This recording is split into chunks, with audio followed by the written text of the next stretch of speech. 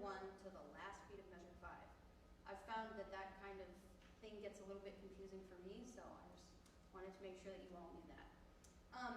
So quick bio on Gabriel Fauré. He was born in France in 1845 and was the youngest of 6 children. All of his brothers went into law and like government, citizen work, that kind of stuff, and his only sister got married and became a mother.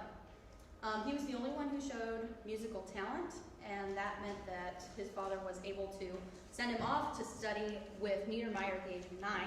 And Niedermeyer was a composer and teacher of church music, which is why a lot of Gabriel Fauré's music is very sacred in nature.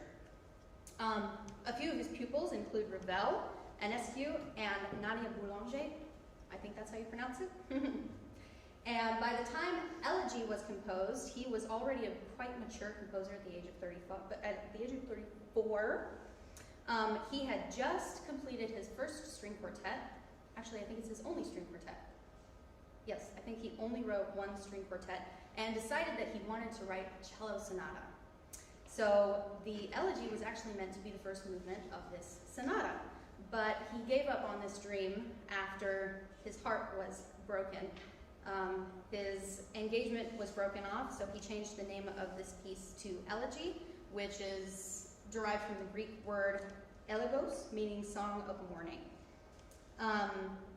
And when he arranged it for cello and orchestral accompaniment, Pablo Pascal, and he conducted it. So I thought that was a really cool little detail. Let's talk about the form. So I think it's pretty straightforward. It's in free ternary form, A, B, A, C, C transition D, A, C prime, C prime, coda. So it's pretty standard sonata form. And our 3 key areas are C minor, A flat major, and C major. This is, in my opinion, what this piece is all about. These 4 eighth notes are what Fauré decides to develop throughout this piece. And we're going to see how much he does that a little bit later on. It is very distinctively in C minor, and he's very deliberate to make sure that the ear is aware of that. So our opening chordal structure is 1, 6, 4, 5, 1. Can't miss it, C minor, right? And this is just the first statement of the 8th note motif. So C, D, C, G, and it's going to come back a lot more. Yeah, we don't need to talk about the harmony quite so much here. In figure 3, this is our B theme. This is the beginning of the B theme in measure 10, and it starts on a G major chord, which is fascinating. This section is much more harmonically complex, but Fauré decides to avoid any really strong cadences on the 1 chord and keeps them incomplete cadences rather than perfect authentic. So he's keeping, it's a really thick harmonic structure through here, but he doesn't want us too grounded in any cadences. We see some chromaticism in the cello part and the right hand of the piano, which you can see in this slide right here. And this is one of the first instances of where Fauré is starting to develop this 8th note motif. Measures 18 through 22 are maybe my favorite of the entire piece. 18 through 20 are identical to the opening material, but 21 is altered to modulate to A flat major. Fauré also decides to remove the 3rds and 5ths from the chords to thin the texture, and our deceptive cadence helps us modulate into A flat major. In figure 4, you can see the cello part. We are very much in A flat major. I think this is where Fauré is more optimistic, and he's more focused on looking back and remembering when he wasn't quite so heartbroken about his broken engagement. It's at a pianissimo dynamic, and sempre molto adagio with 30-second notes in the piano part, but he doesn't want to give too much away. So throughout this piece, Fauré is very careful not to open up too quickly. So it's very incremental. He doesn't do anything too suddenly until the exact moment that he wants to. This is also the first time that the piano gets the melody, and the cello is acting as accompaniment in this section. And the new development of the eighth note motif is A flat, B flat, A flat, and E flat. And then we get another one, G, A, B flat, A flat in measure 25. In figure 5, we see the cello part. The eighth note motif is now transposed twice in measure 6 and in measure 26 and measure 27. This is a little detail, it's not as important, but I had 2 full sheets of paper of every time that Fauré wrote the eighth notes in here. And in measure 28, this is the only time that he wrote the motif as F, G, F, B flat. For someone who's as nerdy as I am, I think I don't know, that was really satisfying for me to find that anyway. And we finally see a chromatic variation in measure 29, A flat, and G, until we return to the original motif in measure 30.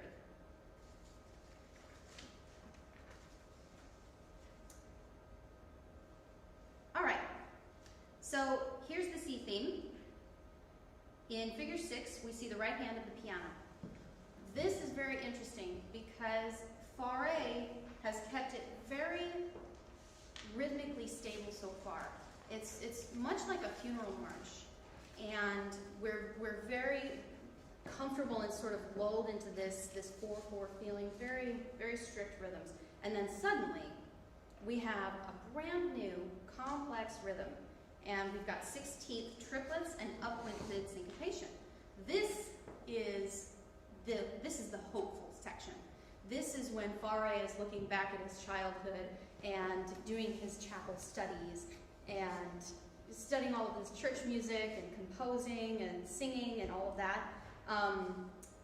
And I personally really enjoy this section because it's so starkly contrasted with the opening. But the other thing that I find really interesting about this is that although it's so different rhythmically, it's not jarring in an unpleasant way. It's still he's still able to keep it very, very pleasant, even though we're not prepared for it. He does not prepare us for this. And then measure 33 leads into 34 with absolute reckless abandon.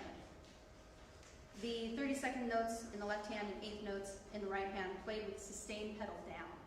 So Fauré is having all of these happy memories from his childhood, and then suddenly he remembers that he's not a child anymore and everything hurts. In measure 33, Fauré begins tonicizing G major by including our secondary dominant chords, so our 5 of 5 chords, which will inevitably lead us to 5 of C minor.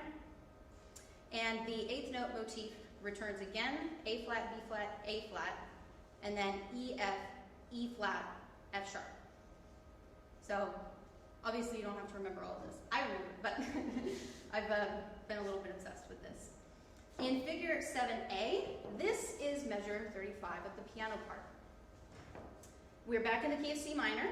So in the previous section, like I said, he's tonicizing G major, and we get that 5 of C minor that inevitably will lead us back to C minor, and this is where that happens. This is our D theme. And there are no thirds in the chords, so he's still keeping it pretty open harmonically. He doesn't want the texture to get too thick. And then for the first time in the whole piece, the left and right hands are in rhythmic unison. But even more than that, they're moving in contrary motion. The right hand is ascending and the left hand is descending. And although this section is so intense, and you'll hear it today, the cello and piano are not playing together here. So the piano does this, and then is quiet, and then the cello gets to do the same thing. Obviously, I can't play that many notes, but you know, I'll do something similar. You'll see. And then in figure 7b, we see that Faure has again lowered the D natural to D flat. So he's sort of leading our ear back into the A flat major realm. And if you look at figure 8, this is actually, that's not the one I wanted. It doesn't look as pretty. The one I had looks, the one I wanted looks prettier, but it's still the same thing. So in measure 35, the left and right hands on the strong beats are in octave unisons. And then in 37, he has increased the intensity by putting the left and right hands in thirds.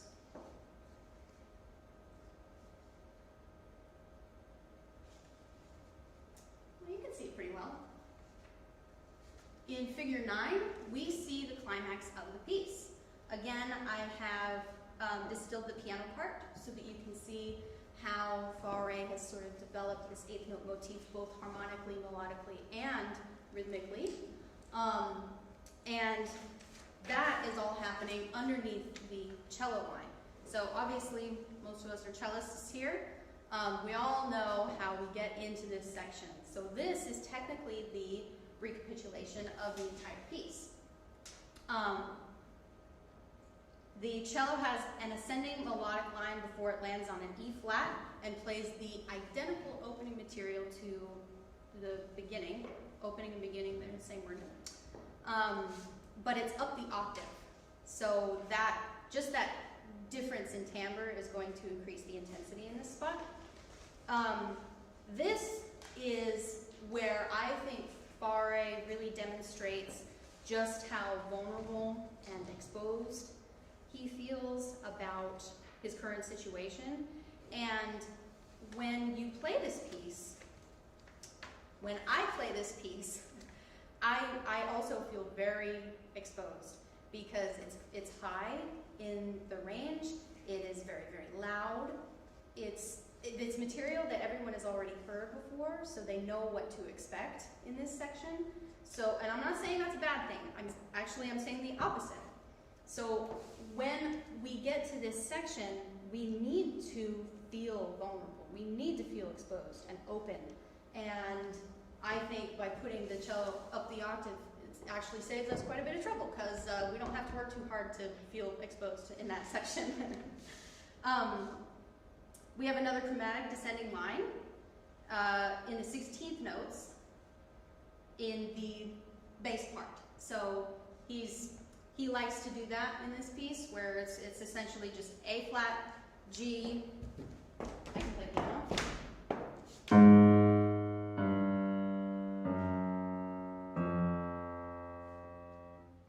And that's how he really keeps this very, very somber and very, very dark. It's very dark, very dark. So that was the recapitulation. This, I think, is very, very fascinating, because we just saw the return of the A theme, right? And in a typical sonata form, we should be seeing closing material in this section. So Faure technically, what? Oh, sorry. So Faure really should be incorporating closing material in this section, but he decides to continue to develop this motif anyway. This is a brand new rhythm. We haven't seen this rhythmic gesture in the piece at all so far. And I don't know, I just thought that was really, really interesting. We're modulated back to A flat major. As you can see, they're D flats. But if you want, you can analyze it in C minor as well. My ear is led to believe that this is still in the, we're back in the A flat major section, but as Dr. Ogborn has explained, there's more than one way to analyze something, especially harmonically. In measure 45, we are back to the C theme. If you have your score in front of you, you can see that. We're back to the C theme, which becomes C prime, and this section is so cool because it's an inversion of, the contour is an inversion of measure 24. which you can go take a look at. I thought that was super cool. He does it, it's not an exact inversion, but instead of keeping it ascending all the time, he's decided to shake it up a little bit, I guess.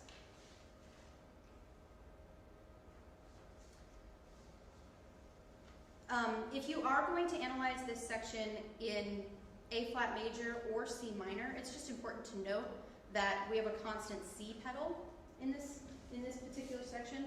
And when the cello isn't playing it, usually if there's a C pedal, we get to play our low C string. But actually, let me double check this. Yeah, so this is measure 45. When the cello is done playing the C pedal, the piano takes it over.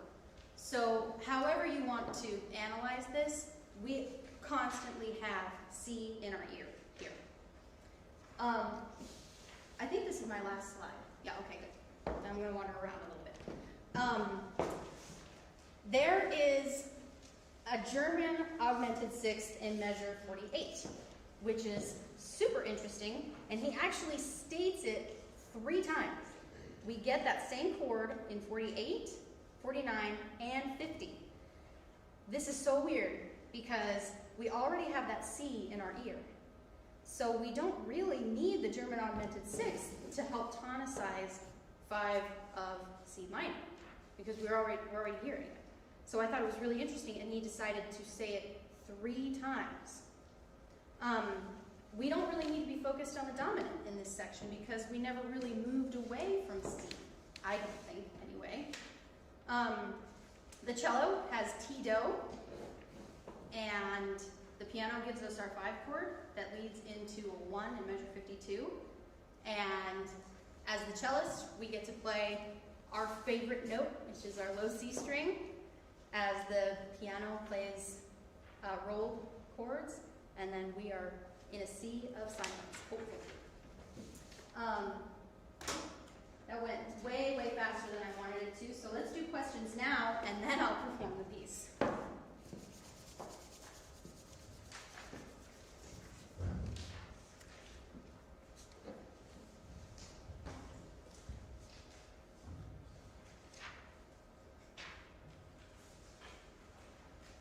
Just wondering if you tried to look at this modally at all, just with the C pedal and the D flats. I'm just curious if there's any inklings of C Phrygian there.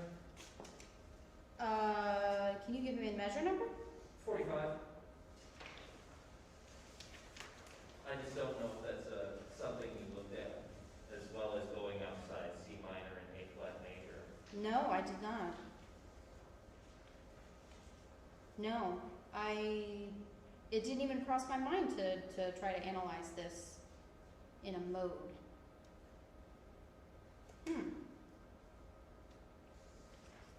Maybe I ought to.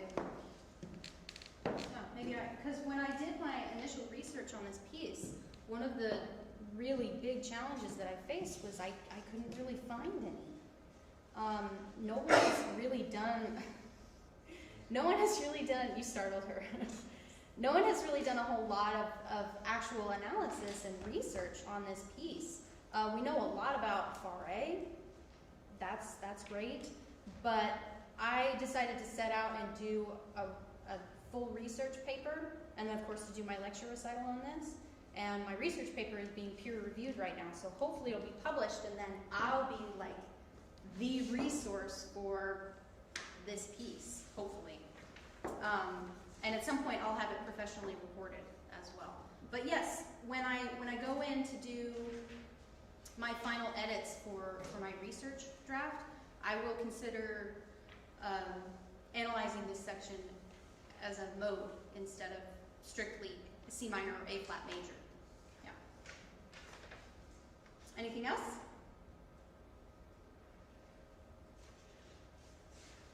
Is there anything in your research paper that is notable that you didn't mention today here? I wrote a lot more about Fauré and like where he grew up and his family dynamic. He was sent away at a very early age, so he does although those were really happy years for him, and he really, really enjoyed his time studying music with Niedermeyer, there was still a little bit of resentment for being sent away so young. But other than that, it's actually just really dry analysis. So I tried my best to take all of the fun, the sort of juicier parts of my paper and put them into this. But if you want to read my research paper, then I will send it to you, and then you can obsess over it as much as I do, or we'll say half as much as I do. You mentioned that in the conception of this piece, he was originally thinking of using it as a first movement to a sonata. If my memory serves me correctly, I know he did end up writing a number of cello sonatas, right? I believe so, yes. Do you know if this is before those, or? I think this was prior to composing his sonatas, because he lived to numbers. That's why I'm a musician. 1924. Yeah, 1924. Thank you. So this was composed in 1880. Okay. That is a long time beforehand, but that is definitely something worth noting. His Requiem was completed in 1900. So I did go down a little rabbit hole with that, but the main thing was that he composed his string quartet, and then wanted to compose a sonata. I couldn't find any research on that, but it is worth looking into. I'm pretty sure this was supposed to be his first venture into a cello sonata, and he moved away from it instead. This isn't something that I'm looking for an answer for right now, but I would just be curious to see the development of his writing for cello between this and later sonatas, which I'm not familiar with at all. I think that's an interesting. That'll be my next lecture future recital. project. Yeah, I'll do that one for my next recital. Right. Yeah, that is a cool idea. Yeah. You mentioned that this piece was related to a break-off of an engagement. Yes. And you were talking about a lot of the emotive qualities of this and how he was feeling at the time when he was writing this, and how that's portrayed in the music. Is there any textual or quoted evidence for that, or do the dates line up and that's just how you interpret this? For me, it was that the dates lined up. Again, when doing a whole bunch of research on this, I couldn't find a whole lot on that. It's still on the docket for Sarah's project. She's still working on it. But for me, the main thing was just that those dates lined up, and I'm pretty sure they had been engaged for a while. So he had grown accustomed to looking forward to something, and really something that he really, really wanted, and then it got broken off. Again, I don't know why it was broken off either. So that's also a project for me as well, because that's one of the things that I find most fascinating about the Brahms and Clara Schumann and things, is because we have so much evidence on that. But with this one, we don't have as much. Yeah. But yeah, it's on the docket. I'm still working on it. Yeah, I'd be curious to see if there's any sort of archived letters or any of the writings. Yeah. Yeah, Me too. Yeah, and if I find any of that stuff out, I'll put it in my research paper and then I'll send it to you guys. yeah. And it'll be great.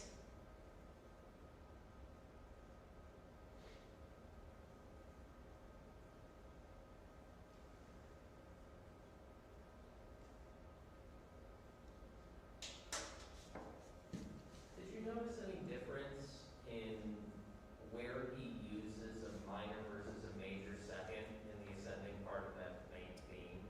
I couldn't actually point to exactly why he did that, but most of the time when this motivic cell shows up, it's a major second on top, and and not a minor second.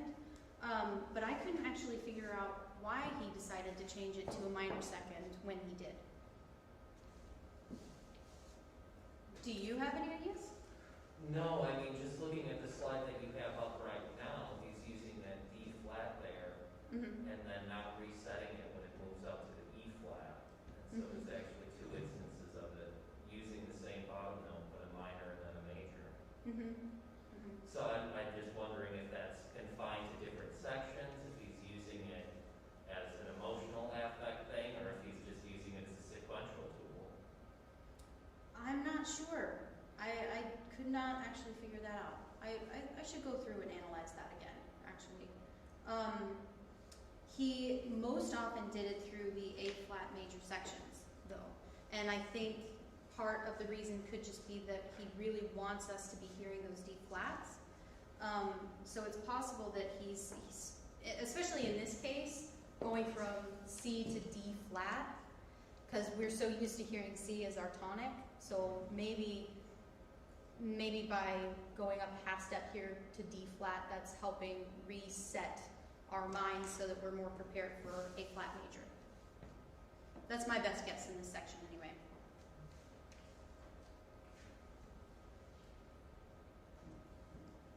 I'm curious about the relationship between, you said Saison and Florent. Yes, Fauré went to, I'm pretty sure Fauré just met Saison, and that's where where Saison was working. Yeah, because I was Googling, I was like, that's like really interesting. Yeah, I have it written somewhere. They were very close. In fact, they were essentially best friends until Saison's death. And then I think Fauré took over his position, his teaching position here. Yeah. Yeah. And of course, when you go through and listen to and analyze Fauré's works, you can hear Saison's influence on That's him what I was as well. wondering. Yeah. So you've got Niedermeyer, whose emphasis is on church and sacred music, and then Saison is very orchestral and yeah.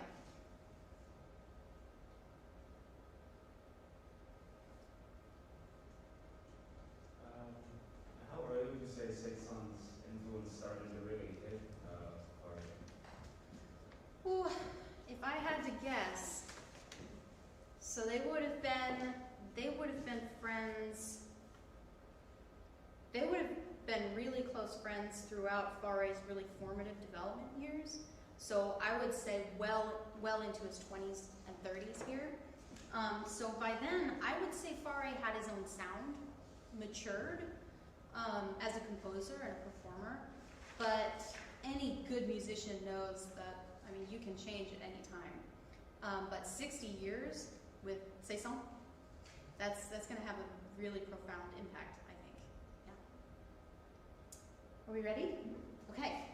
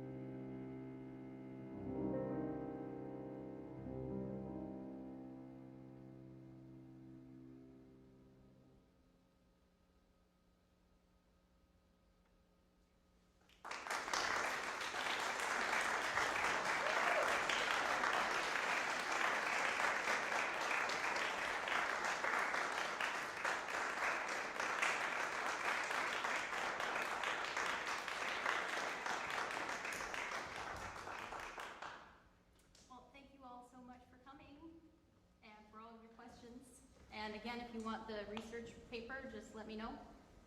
And yeah, enjoy the rest of your day.